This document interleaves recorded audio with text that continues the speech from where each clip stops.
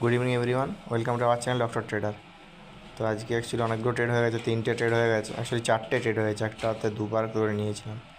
তো আজকে সকাল থেকে আমার ভুলভাল ট্রেড নেওয়া হয়েছে দুটো, তারপর একটা খুব ব্যাড লাগ হয়ে গেল। আজকে অন্তত 10-15 হাজার টাকা হওয়ার কথা ছিল।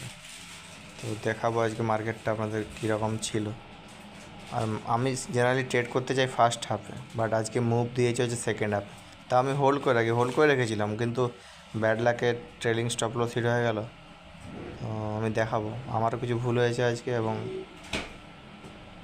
এই যে মার্কেট অলরেডি সেলিংয়ে ছিল, তো আমার টার্গেট ছিল যে 25,500 নিচে গেলে আমি আবার সেল করব।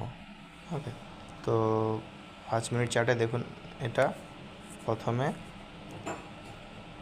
প্রায় ফ্ল্যাট খুলেছে, তো আমার এখানে বাই করে নিয়েছি প্রথমেই।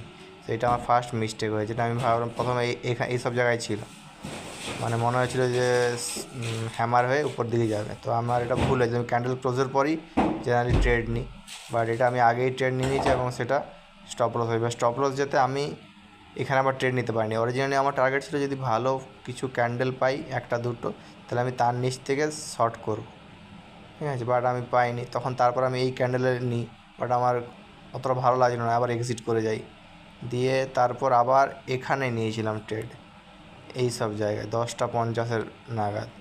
তো এই ট্রেডটা আমি হোল্ড করেছিলাম, কিন্তু আমার এতটাই ব্যাড লাগ যে আমি এইখানে স্টপ লসটা জাস্ট এখানে ট্রেড করেছিলাম। তো এটা আমার প্রিমিয়ামে ছিল 164-এ, বাট মার্কেট চলে আসে 163.35-এ। মানে খুবই ব্যাড লাগ, নাহলে এটা প্রায় আমার আরও 10,000 টাকা হতো। বাট ঠিক আছে, আজকে হয়নি, কালকে হবে, নো প্রবলেম। তবে যদি জানতে চান কীভাবে আমি ট্রেড করি, তাহলে আমাকে কমেন্ট করে জানাবেন, আমি তাহলে সেই মতো ভিডিও করব। Thank you.